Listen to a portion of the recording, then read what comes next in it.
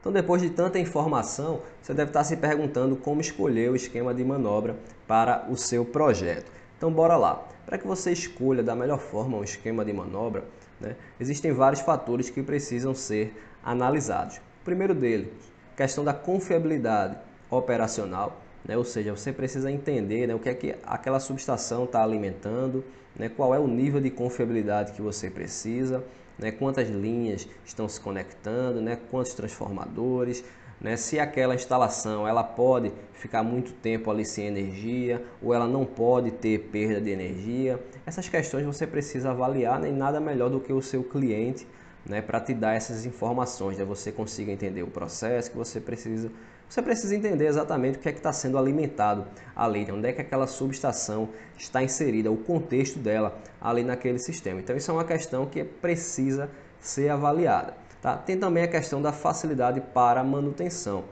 Como a gente falou, aquela subestação ela pode ficar um tempo parada, por exemplo, se eu tiver um problema no meu disjuntor, se eu tiver um problema no transformador, ou eu preciso bypassar isso imediatamente, religar, porque senão eu vou ter uma perda de milhões de reais devido a um lote que está sendo fabricado, ou no caso do sistema elétrico, se a concessionária, por exemplo, ela não atende aquela determinada região ali, ela vai ter uma perda muito grande. Então, isso aí também precisa ser avaliado. Questão dos custos de implantação, como a gente viu aí, você tem esquemas de barra simples, que tem baixa confiabilidade, mas por outro lado o custo é bastante reduzido se você olha, por exemplo, ali para uma subestação de 500 kV, onde você tem vários disjuntores, onde você tem várias chaves, onde você tem 2 barramentos, onde você precisa de uma grande área, tá? Então isso tudo precisa ser levado em consideração. Mas talvez aqui nesse momento, para quem faz projeto, como é o nosso caso aqui, talvez o principal fator que a gente precisa sempre ter em mente, e isso acaba muitas vezes respondendo até às questões anteriores, é esse último fator que está colocado aqui, que é levar em consideração normas e padrões.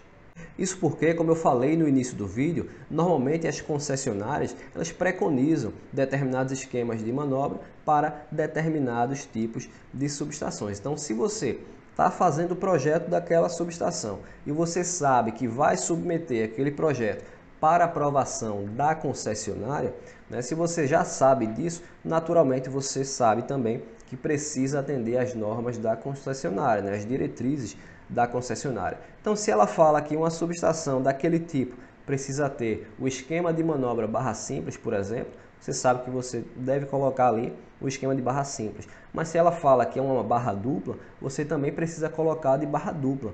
Porque se você coloca uma barra simples, que tem uma confiabilidade menor, que não tem um disjuntor de interligação, que só tem um barramento, quando você submeter esse seu projeto para a concessionária, ela não vai aprovar, sua subestação não vai ser construída, seu cliente não vai ter o projeto na mão para poder fazer a obra, fazer a instalação ali e começar a operação dele. Então veja que é um efeito cascata. Então, desses fatores aí, o que você precisa ver primeiro, acredite, antes de fazer qualquer análise, é ver as normas e os padrões daquela concessionária. O que é que ela preconiza para esquemas de manobra daquele nível de tensão, esquemas de manobra, sei lá, para subestações urbanas, subestações rurais. Dá uma olhada lá na norma dela, que ela vai levantar, com certeza ela vai te dar alguma informação, até porque ela precisa dar essa diretriz aí em relação a projetos de subestações de alta tensão.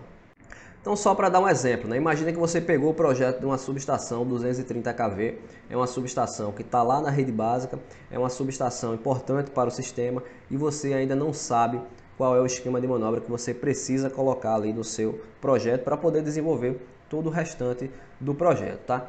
Então, a primeira coisa que você precisa fazer é dar uma olhada nas normas que estão disponíveis. Você pode dar uma olhada na norma da concessionária que você está prestando esse serviço, por exemplo, a norma da Chesf, a norma da Taesa, a norma da transmissora, por exemplo, que você está prestando esse serviço. E você precisa também, principalmente aqui, dar uma olhada nos procedimentos de rede lá do ONS, porque o ONS é o órgão responsável pela operação.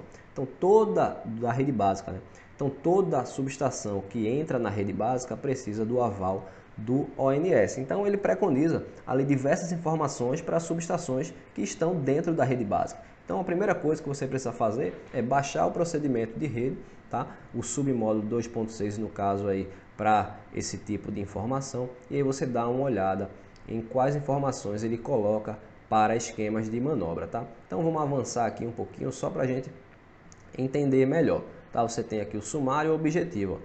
Para que você entenda perfeitamente aqui o que é que a gente está falando.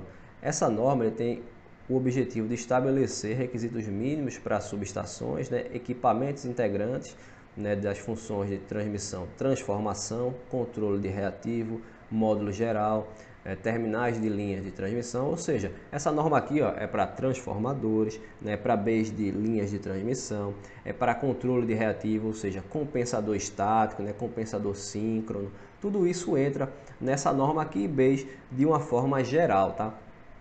Então, essa norma aqui ela vai te dar essa informação necessária.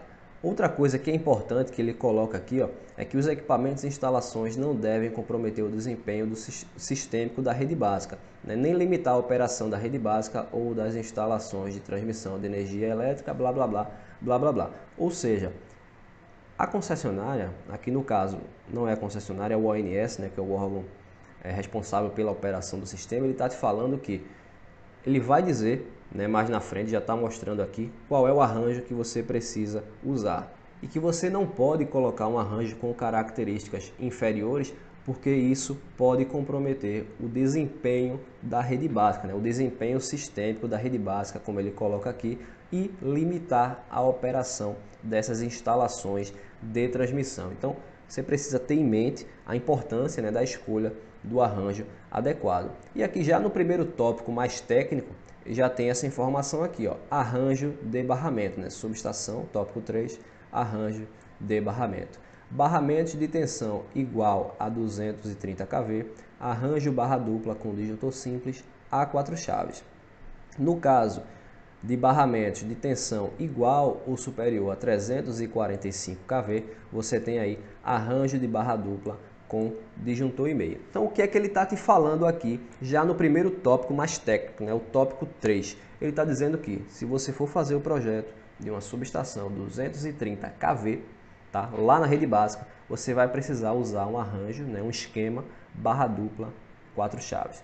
Se você vai fazer o projeto de uma subestação 345 kV ou 500 kV ou até uma tensão superior, arranjo, disjuntor e meio. Então não tem aqui o que inventar, né? Se ele já está te falando isso, você coloca isso lá no seu projeto, tá? Você não vai precisar analisar a confiabilidade, você não vai precisar analisar custo, você não vai precisar analisar aí a questão de manutenção, tá? Porque ele está te dizendo isso. Então se você quer colocar uma barra simples, o ONS ele já está dizendo naturalmente que não.